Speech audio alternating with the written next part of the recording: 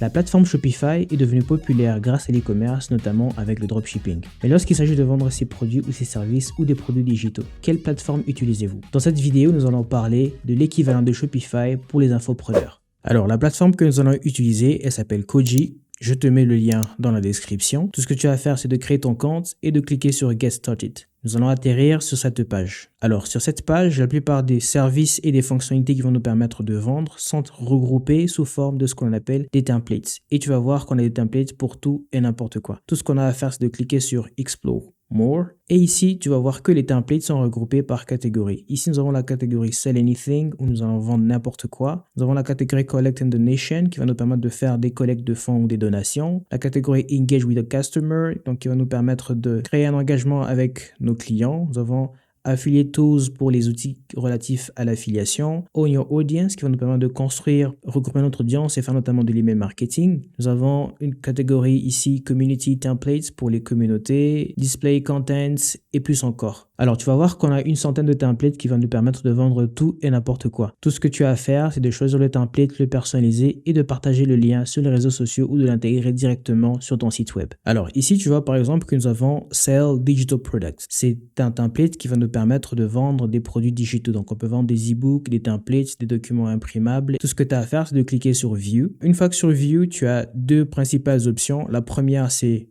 configurer et la deuxième, c'est Preview. Dans Preview, ici, quand je clique dessus, on va me montrer au fait comment est-ce que la plateforme va se comporter. Tu vas découvrir plus tard que ça sera sous forme d'une sorte de boutique en ligne. C'est un peu comme un Shopify pour les produits digitaux. Et donc, j'aurai la possibilité maintenant de payer tout et n'importe quoi. Ici, par exemple, tu vois que je peux vendre des packs pour Premiere Pro. Je peux vendre ici des portraits. Je peux vendre ici des brushes. Je crois que c'est relatif toujours à Premiere Pro. Je peux vendre aussi des brushes Photoshop. Et donc, ici, tu vois que je vais configurer au fait l'option de s'inscrire et d'avoir 10% sur chaque produit. Donc littéralement, tu as une sorte de boutique en ligne, mais pour les produits digitaux. Tu peux faire un ensemble de configurations qui est plutôt intéressant. Alors, tout ce que tu as à faire pour le faire, c'est de cliquer simplement sur configurer et tu vas aller dans les différentes étapes pour la création de ta boutique en ligne. Je vais te montrer à quoi est-ce que ça ressemble. Lorsque tu crées ta boutique, par exemple, tu vas voir qu'ici, tu seras sur le dashboard de ton store. Tu vas voir ici que tu as la store, donc tu peux partager la store, donc le lien vers ta boutique. Ici, tu as les différents achats et tu as un panier. Tu vois, par exemple, ici, j'ai créé un produit, des prompts ChatGPT que je vends. Si ChatGPT t'intéresse et que les prompts t'intéressent, je te mets un lien dans la description aussi pour que tu puisses te le procurer. Mais ce qui est intéressant, c'est que ici, tu vas voir que tu as les détails de la store. Après, tu as tes items ou tes produits. En dessous, tu as des discounts. Alors, ce qui est particulier avec les discounts ici, c'est que tu peux configurer une option pour avoir une réduction. Ça peut être une réduction sur les prix. Tu peux avoir un coupon de réduction.